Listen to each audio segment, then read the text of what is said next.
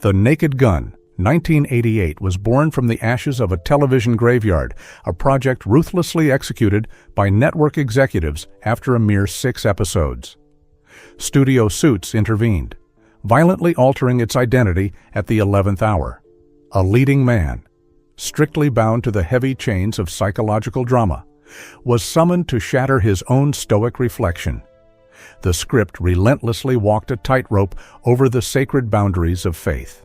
How did a condemned cinematic gamble, banished by the powers that be, claw its way back from the abyss to amass a staggering $152 million at the box office?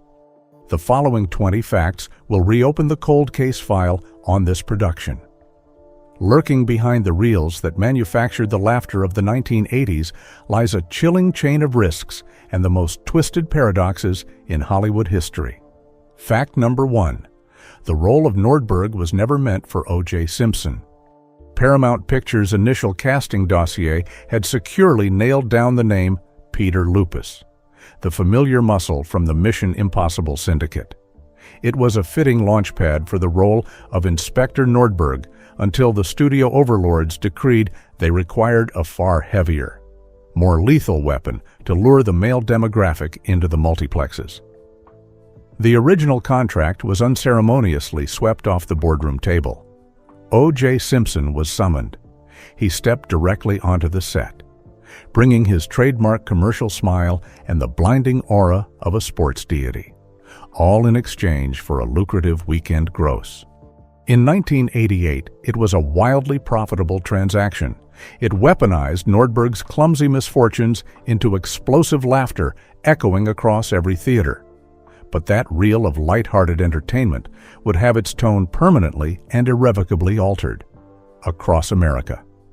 Television networks abruptly severed their regular broadcasting, cutting to a chilling live feed, a white Ford Bronco crawling down a Los Angeles freeway, a howling procession of patrol cars trailing closely in its wake. Today, when you violently shove that static-laced VHS tape into a VCR and watch the flickering CRT monitor replay Nordberg's endless harbor mishaps, a laugh might still escape, yet it is instantly dragged down into the abyss by a sudden, icy shiver tracing your spine. A carefree piece of pure entertainment from a bygone era is now inextricably locked inside the thorny, grim reality of the most sensational criminal trial to ever bleed across America, and transforming a living icon into a cinematic punchline, as it turns out, wouldn't just stop at one supporting character. Fact number 2. No one in Hollywood believed Nielsen could conjure a laugh. Throughout the shadows of the 1980s, Leslie Nielsen's dossier gathered a thick layer of dust on the desks of comedy casting directors. The film industry had meticulously crucified him to the archetype of the righteous hero.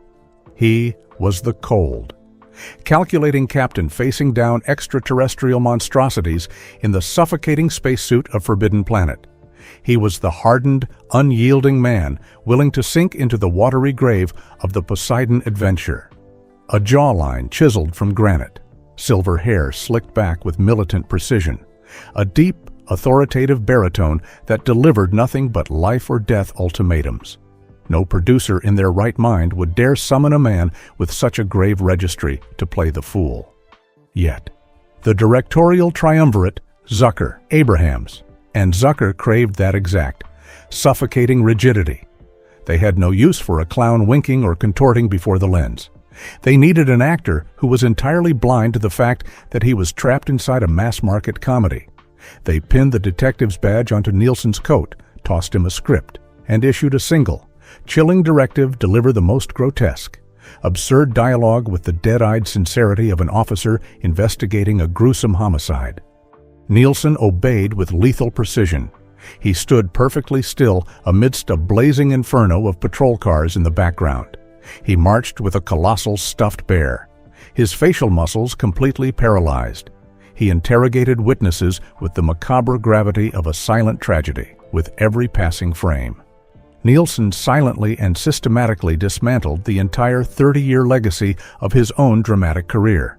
He mutated extreme severity into a bizarre, new weapon of amusement, The standard of satire was fundamentally rewritten by a man who refused to smile. This rebellion against Hollywood's rigid dogmas proved so potently effective that even the academic elites were forced to bow in submission. But turning one's back on archaic cinematic doctrines wasn't a privilege reserved solely for dramatic veterans. Fact number 3, the final frames of an Oscar-winning titan. John Houseman was not merely a name buried in the end credits. He was the grand architect of Hollywood's intellectual elite, a revered possessor of the Golden Academy Award, the founding father of the drama division at Juilliard. His imposing figure was eternally bound to bespoke, hand-tailored suits and the profound erudition of the seventh art. His mere signature was an ironclad guarantee of academic supremacy. In 1988, he stepped into the twilight of his life. His life force was draining with every passing day. Piled high upon his grand oak desk were colossal, biographical scripts, weighty, tragic roles meticulously tailored for a profoundly dramatic farewell to the silver screen. He ruthlessly swept that entire mountain of prestigious paper into the void. His final signature was instead branded onto a B-grade contract. He willfully chose to embody a bitter, bumbling driving instructor making a fleeting, chaotic appearance in a parody film. The execution of the scene was swift, shot directly on the unforgiving asphalt of Los Angeles. His character sat unnervingly calm, grading a student amidst the apocalyptic street chaos and blinding smoke orchestrated by Detective Drebin's rogue vehicle. The theatrical reels preserved a moment that effectively paralyzed art critics into absolute silence. Houseman's final cinematic frame concluded with him staring dead into the mechanical eye of the camera, raising a single, defiant middle finger to the lens. The theater audiences erupted in roaring applause. The scholarly world exchanged bewildered, silent stares. That gag was a flawlessly calculated, diabolical chess move, a majestic, arrogant swing that violently shattered the synthetic polish of the entire studio system, just moments before the final curtain of darkness fell over his legendary career. Fact number 4.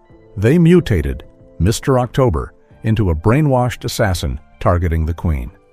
In the 1970s, Reggie Jackson walked upon the emerald turf like a descended god. The stadiums roared with feral intensity every time this titan swung his bat.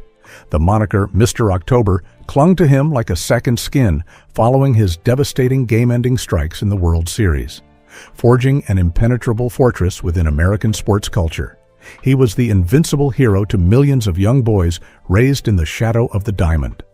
Then, the script for The Naked Gun locked him dead in its crosshairs.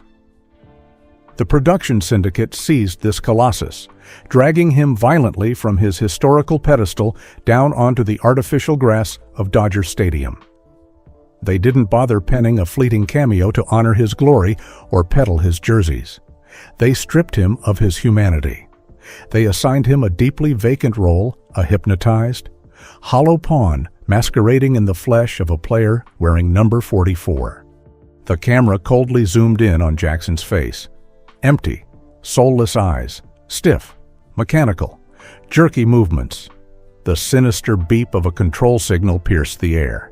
He mechanically repeated the motion of swinging a bat like a trapped, broken metronome. He stood utterly prepared to execute a programmed assassination order aimed at the Queen of England, sitting merely yards away in the VIP box. The former monarch of the field surrendered himself, shedding his skin to become a lifeless marionette right under the harsh theater lights.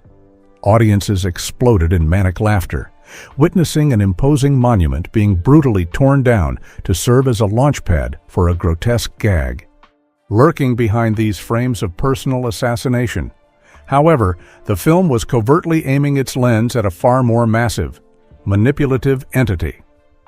Fact number 5. The airport scene was a naked autopsy of the modern press. The camera frantically pans across the bustling terminal of Los Angeles International Airport. A police officer collapses, his body sprawled across the cold, unfeeling stone floor following a violent struggle. Surrounding his fallen body is a crowd descending into pure, feral madness. Dozens of reporters swarm in like a pack of starved wolves, gripping foam-covered microphones, scribbled notepads, and mechanical film cameras, their flashes firing like an endless strobe light, blinding the cinematic frame. They callously stomp their polished leather heels directly over the fallen body of the officer. Not a single glance of pity. Their singular obsessive prey lies straight ahead. Weird Al Yankovic has just emerged from the arrival gate, an entire media ecosystem willingly shedding its humanity just to hunt down a musician famous for parody songs. The 1988 theatergoers laughed hysterically at this exaggerated, physical stampede, but step back into the shadows and view it through the chilling lens of time. The creative architects had just printed a hyper-accurate, damning indictment of the 1980s media-industrial complex. This was the dawn of the tabloid vulture culture that was beginning to ravage newsstands and infect cable television. Paparazzi willing to trample over the most gruesome realities, butchering journalistic ethics just to capture a sensational, blood-soaked frame for profit. The chaotic tableau on the screen bluntly sketched the exact methodology the press used to manipulate public consciousness. That seemingly absurd joke had mutated into a raw, haunting autopsy of societal decay. Fact number 6. This $152 million juggernaut was reanimated corpse material from a slaughtered show. Flip back to the dusty archives of 1982. The colossal broadcasting empire ABC proudly aired Police Squad. This experimental satire of the procedural crime genre was thrust into the primetime spotlight. But its heartbeat lasted exactly 6 weeks. The board of directors coldly pulled the life support plug the moment the rating charts displayed the slightest downward trajectory. The termination manifesto cited a reason that made creative minds shake their heads in pure disgust. The network suits, isolated in their refrigerated offices, concluded that television audiences simply couldn't keep up with the mental pace. The relentless barrage of visual gags planted deep in the background forced viewers to actually fixate their eyes on the screen to comprehend the joke, in an era dominated by a brain-dead, passive viewing culture. This was deemed a fatal flaw. The yellowing scripts were instantly tossed into the studio's massive graveyard of discarded ideas. 6 years gathered dust in the darkness. The production syndicate decided to play a dangerous game against that archaic judgment system. They exhumed the old scripts from the crypt, their fingers striking the typewriter keys once more. They resurrected the exact same comedic formula and projected it onto a monstrous 40-foot cinematic canvas. No downgrading of the humor standards, no softening of the narrative edges. Zero compromises with the intellectual laziness of the masses. That sheer, unadulterated stubbornness triggered a commercial earthquake. The film violently swept through theaters, extracting a massive $152 million global ransom, a direct, brutal counterstrike aimed squarely at the faces of ABC's data analysts. The defect had never resided within the minds of the audience. They merely required a true cinematic sanctuary, a pitch-black room where they could be trapped and forced to digest the sarcasm. Fact number 7. They scavenged old gags for the silver screen without a shard of remorse. The theater audience exploded when the patrol car violently reversed, plowing blindly into a relentless line of curbside trash cans. The deafening metallic crash was immediately followed by the classic, agonizing slip on a seemingly innocent banana peel. Everything projected on the theater screen flowed flawlessly. But for those phantoms who had glued their eyes to the glowing CRT screens of ABC 6 years prior, a sudden, chilling sense of déjà vu crept in. They had witnessed these exact frames before, every specific camera angle, every rhythmic editorial cut. The production team didn't bleed a single drop of ink trying to invent new comedic sequences. They raided the decaying, discolored scripts of Police Squad, scavenged every ancient, discarded piece of comedy, and shamelessly transplanted them verbatim into the cinematic cut.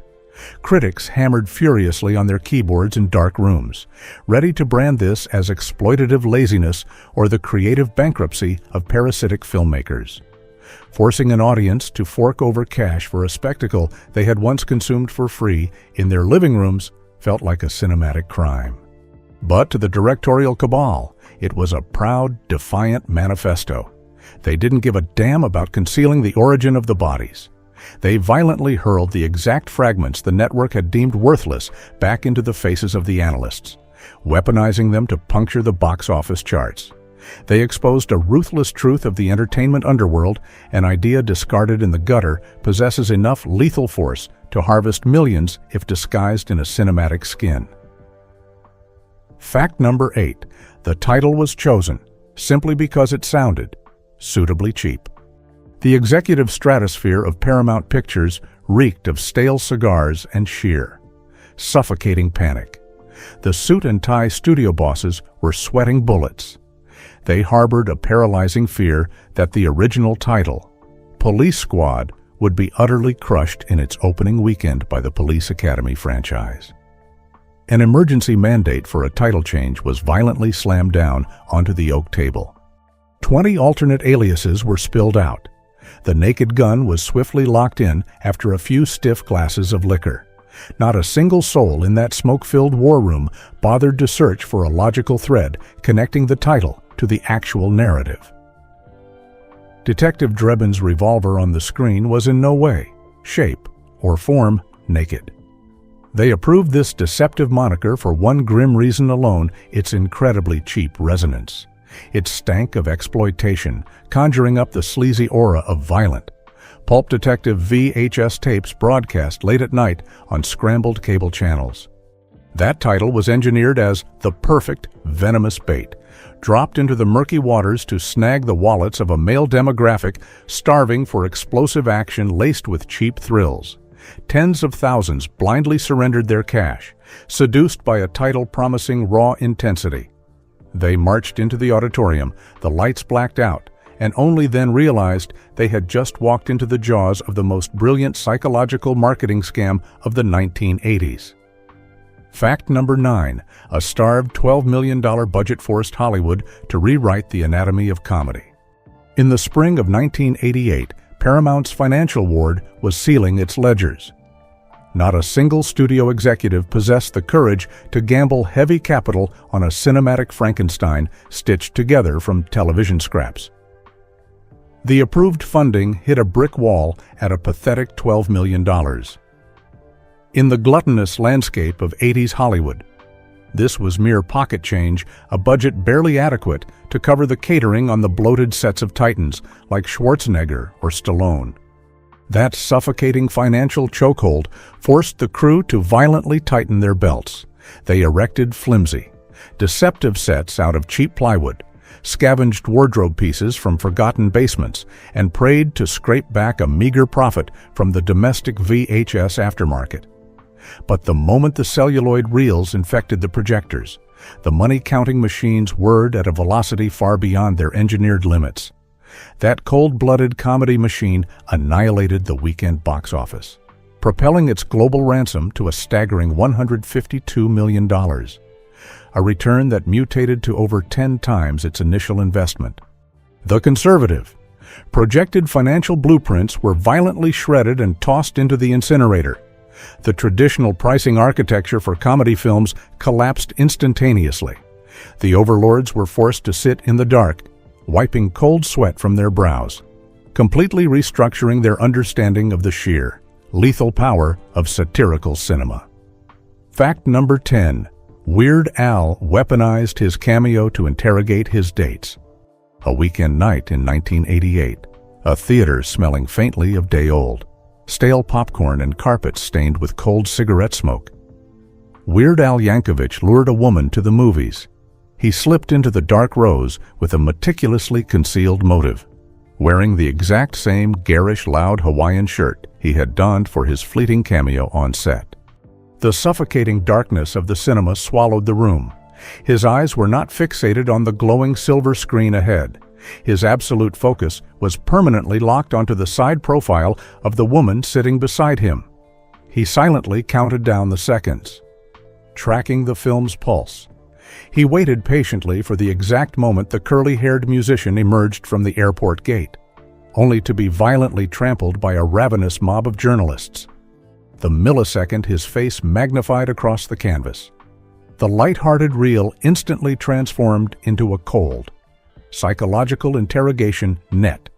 He narrowed his vision, observing every microscopic twitch, dissecting her reaction when that absurd cruelty was violently thrust into her eyes. If she erupted into genuine laughter at the sight of a ridiculously dressed man being brutally crushed, the date would survive past the theater exit. If she cringed in disgust or averted her gaze, the relationship was instantly executed right there in row 8. Weird Al exploited his own on-screen humiliation to brutally strip away the social mask of the person sitting right beside him. Fact number 11. The unexplained, complete erasure of Johnny. The loyal disciples who had tracked the ABC broadcasts 6 years prior stepped into the shadows of the theater carrying a very specific expectation. They sat, waiting for the phantom outline of Johnny. He was the sly, omniscient shoeshine boy on the street corner, a clandestine intelligence hub masquerading beneath the innocent flesh of a child. That adolescent broker held every dark secret pulsing through the city's veins, from Wall Street insider trading to complex medical diagnoses, provided you slipped a crisp dollar bill into his palm. He was a vital, foundational organ of the original universe. The celluloid bled from the opening frame all the way to the final rolling credits. The harsh theater lights snapped back on. The audience vacated their seats. Johnny had never materialized. Not a single line of dialogue whispered his name. Not a single street corner was constructed to even vaguely suggest this entity had ever drawn breath. Throughout the entirety of the subsequent cinematic trilogy, Johnny evaporated from the Naked Gun universe like a murdered ghost. The writing cabal had ruthlessly slashed out a piece of their own legacy, refusing to toss the audience a single clue or a fabricated alibi. This cold-blooded negligence was a bucket of ice water dumped directly onto the hopes of the original believers. They walked out into the night, realizing that Hollywood functions as a brutal memory-crushing machine. Anything that fails to serve the immediate runtime is instantly tossed into the incinerator. Fact number 12. They legally slaughtered a timeless masterpiece. The painting, The Blue Boy, by the legendary Thomas Gainsborough, hung imposingly right in the center of the frame. A classic. 18th century masterwork, immortalized as a priceless pillar of European artistic heritage. The script demanded Detective Drebin stumble into the room, trigger a chaotic chain reaction, and brutally pulverize that canvas into worthless, shredded fragments. The production syndicate blatantly mutated a masterpiece into a prop for destruction. They choked the dignity of fine art within a cliché. Chaotic frame. The theater masses clutched their stomachs, howling with laughter, but art historians and preservationists recoiled into the shadows, their faces contorted in pure, helpless rage. The filmmakers didn't select this specific painting by accident.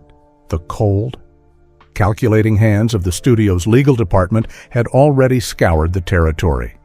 They flipped through thick, dusty ledgers, cross-referenced the timelines, and delivered a sinister nod of approval. The copyright on this artifact had rotted away long ago. It had descended entirely into the public domain. The savage execution of this artistic icon was perfectly concealed within a legal loophole. The elite directors of prestigious museums sat paralyzed in the dark of the movie theater, forced to witness cultural heritage dragged out and butchered for a cheap gag, knowing they were completely powerless to file a single lawsuit. Fact number 13. The 7-foot giant condemned to remain faceless. The casting directors inked the name Ronald Taylor onto the call sheet, a former professional basketball titan boasting a terrifying height of over 7 feet. He strode onto the soundstage, a towering monolith, eclipsing the vision of the surrounding extras. The wardrobe department tossed him a police uniform branded with the name tag Al.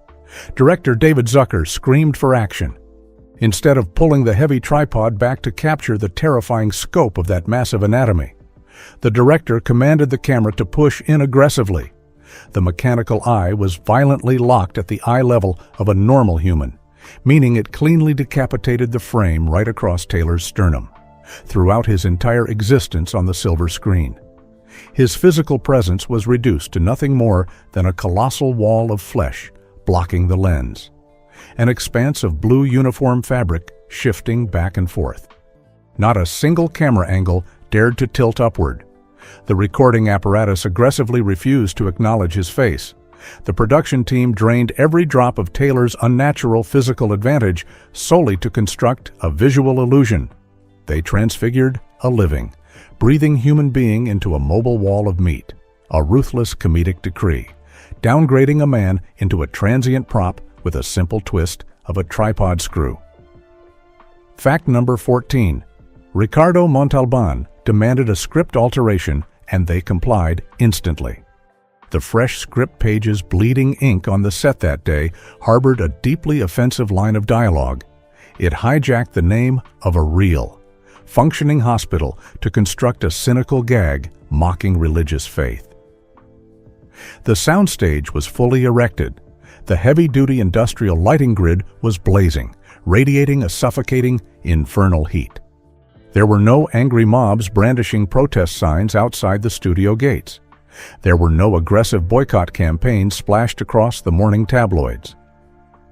Ricardo Montalban, a veteran titan carrying the immense, imposing gravity and dignity, born from decades of surviving Hollywood's meat grinder, silently knocked on the door of the producer's war room. He stepped inside without raising his voice. He summoned no legal hounds. He issued no threats to abandon the film.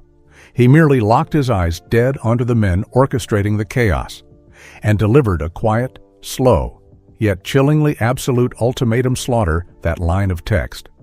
The producers nodded without a split second of hesitation. The script was violently scribbled out and surgically altered with a ballpoint pen right in the middle of the chaotic set, lurking beneath the chaotic facade of Hollywood's rule-breaking comedy. There remains a grid of invisible, blood-red boundaries strictly guarded in the shadows. Fact number 15. The royal reception was filmed on the blood-stained ground of a political tragedy. The Ambassador Hotel on Wilshire Boulevard was once the ultimate monument to absolute power and excessive decadence in Los Angeles, a physical space drenched in heavy history. In June of 1968, Robert F. Kennedy collapsed onto the cold tiles of the kitchen hallway right here, leaving a festering, agonizing scar embedded in the political anatomy of America, a location carrying the suffocating weight of fractured history and assassinated dreams. In the spring of 1988, the Naked Gun production crew dragged tons of electrical cables and heavy machinery directly to these exact coordinates. They deliberately selected the very corridors burdened by that dark historical pressure as the backdrop for the slapstick reception of the Queen of England. The director yelled action. Cops tripped over themselves. The background extras blindly pushed, shoved, and trampled one another, manic. Hollow laughter and piercing shrieks echoed violently over the exact soil that had once absorbed a national trauma. The production team uttered not a single whisper regarding the haunted legacy of this zone. They casually dragged a hypersensitive historical crime scene down into the mud to serve as a stage for a ridiculous, chaotic circus, completely blinding themselves to the crushing weight of time. Fact number 16. The bathroom microphone disaster was a sinister prophecy, decades ahead of its time. Detective Frank Drebin wanders blindly into a public restroom. He casually attends to his private bodily functions, entirely oblivious to the active, wireless microphone transmitter surgically attached to his lapel. Out in the grand hall, a highly formal press conference is underway. Every sensitive bodily noise, every vulgar, private echo is broadcast live through a massive amplified speaker array, violently bombarding the eardrums of hundreds of waiting attendees and paralyzing the crowd in sheer horror. In 1988, theatergoers clutched their sides, howling in amusement. That scenario was merely perceived as a grotesque comedic gag exploiting the absolute, idiotic absent-mindedness of the protagonist. In that era, a wireless microphone was a clunky, prohibitively expensive piece of elite hardware. No one ever genuinely feared falling victim to such a devastating technological trap. Fast forward a few decades, and the digital apocalypse arrives. Smartphones, video conferencing software, and Bluetooth earpieces have infected every hidden corner of existence. A tidal wave of hot mic disasters erupts across corporate boardrooms. Massive. Career-slaughtering audio leaks involving powerful figures saturate the headlines. The suffocating terror of having one's ultimate privacy violently stripped away is no longer a harmless cinematic prank. It has mutated into the genuine, paralyzing nightmare stalking modern office workers every single day. A cheap slapstick joke from the past had unintentionally functioned as a rough, prophetic sketch for the technological dystopia of the 21st century. Fact number 17. Mel Brooks injected a scene into this film and left no fingerprints. The Phantom carried the name Mel Brooks. The immortal titan of parody cinema paid a casual visit to the set, an environment suffocating under a mess of machinery and a chaotic labyrinth of thick cables. His name was entirely absent from the studio's official payroll registry. Brooks stood silently in the dark corner of the room, analyzing a physical setup that was rapidly deteriorating into a creative dead end. With casual precision, he tossed director David Zucker a lifeline of absolute chaos. It was the sequence where a baseball bat violently swings around, directly connecting with a man's skull. That initial blunt force trauma detonated a disastrous, chain reaction domino effect that completely leveled the entire room. The crew didn't hesitate for a second. The cameras instantly pivoted. The focal lengths were aggressively recalibrated, and they captured the destruction raw, right there on the spot. Not a single legal document or copyright waiver was ever drafted. Not a solitary line of text honored his existence when the end credits slowly crawled up the screen. The comedy syndicate of that era operated strictly by this unwritten, shadowy underworld code. The pure, honorable equity of a handshake. They traded intellectual ammunition in the pitch-black backstage, stood back with folded arms to watch the audience explode, and then vanished without a trace. Fact number 18. The film was maliciously engineered to mutilate your VHS tapes. In the 1980s, the video cassette recorder, nestled beneath the heavy television set, was the absolute epicenter of household entertainment. That whirring magnetic reel was the most powerful weapon in the viewer's arsenal. The directorial cabal fully grasped this behavioral vulnerability. Instead of keeping the focus strictly on the main cast, they transformed the dark, forgotten corners of the frame into a hidden, psychological playground. They secretly planted a barrage of illogical, twisted signs, background extras engaged in utterly absurd, bizarre rituals right behind the backs of the actors. Their true, sinister target wasn't the massive silver screen in the multiplex. They aimed straight for the expensive magnetic reading heads plugged into your home outlets. They deliberately overloaded the visual field with microscopic details to force your thumb to frantically smash the rewind button on your remote control. Hit pause. Strain your eyes in the dark to decipher the blurry text in the far left corner. Then violently hit rewind again to confirm your mind wasn't playing tricks on you. That obsessive, mechanical loop ruthlessly dragged the magnetic tape back and forth across the machine's heads until it physically deteriorated. Jagged, violent tracking lines and static noise began to bleed across the television monitor. The film had mutated into a pre-programmed virus. It manipulated human behavior and systemically destroyed your physical hardware from the inside. Fact number 19. In 1988, 3 blockbusters eradicated their villains, using the exact same method. Sweep every paranoid Hollywood conspiracy theory off the table into the darkness. Stare directly at the raw, cold box office data. In the sweltering summer of 1988, 3 cinematic titans cast massive shadows over the theater's The Naked Gun. A Fish Called Wanda, and Who Framed Roger Rabbit. 3 completely autonomous creations locked in a brutal, bloodthirsty war for the weekend charts. Yet, bizarrely, all 3 deployed the exact same method of execution to erase their antagonists, the slow, menacing arrival of a monstrous, industrial steamroller. It mercilessly flattened the target right into the asphalt. The twisted methodology of resolving a narrative using heavy construction machinery was replicated with terrifying, rhythmic exactness. The opposition was not gunned down by lead, nor defeated by martial combat. They were physically crushed by the most absurdly slow-moving vehicle imaginable. There were no secret summits in smoke-filled rooms between the 3 directors. There were no covert script leaks across the studio wire. That sluggish pavement crusher had unintentionally manifested as a collective, bizarre psychological focal point for an entire year of cinema. A deeply unsettling synchronicity had doomed the fates of those standing on the wrong side of the battle lines. Fact number 20: ESPN penned an obituary for Nielsen's fictional phantom when he died. The year is 2010. The transmission pulses out of Hollywood. Leslie Nielsen's heart stops. The entertainment tabloids immediately surrender massive real estate to memorialize his monolithic legacy. But then, even ESPN, the most heavily armored, strictly analytical sports broadcasting network in America, stepped into the fray. They aggressively refused to publish a standard, template-driven tribute to the actor. Their solemn, heavily circulated article poured all its ink into a eulogy for Enrico Palazzo.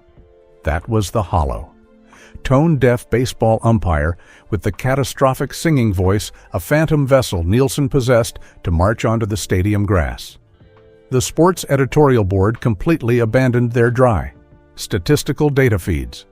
They turned a blind eye to crucial matchups, reserving their most hallowed column space to mourn a ridiculous 5-minute gag from over 2 decades prior.